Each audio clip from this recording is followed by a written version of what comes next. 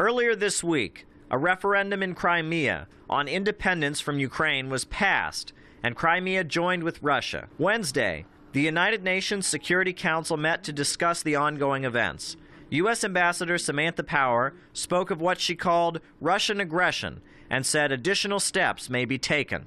2 days ago, President Obama and other world leaders put in place sanctions in response to Russia's blatant disregard for global opinion and the legal rights of Ukraine. We are prepared to take additional steps if Russian aggression or Russian provocations continue. While the United States considered the Crimean referendum to be invalid, the results showed that over 96% of those who participated voted to join with Russia.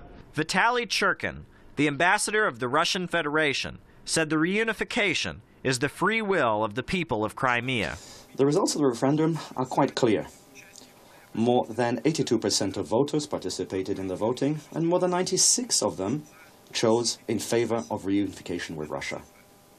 This figure is the expression of free will of the people of Crimea.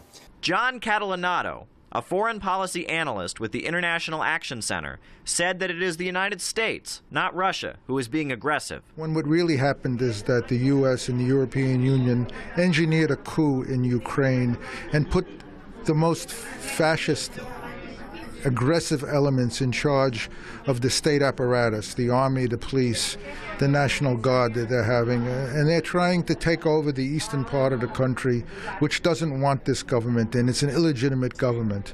As the United Nations Security Council discussed the crisis, the last Ukrainian military personnel began to leave Crimea. In spite of the disapproval of the United States, treaties have been signed, and Crimea has become part of the Russian Federation. Caleb Maupin, Press TV, New York.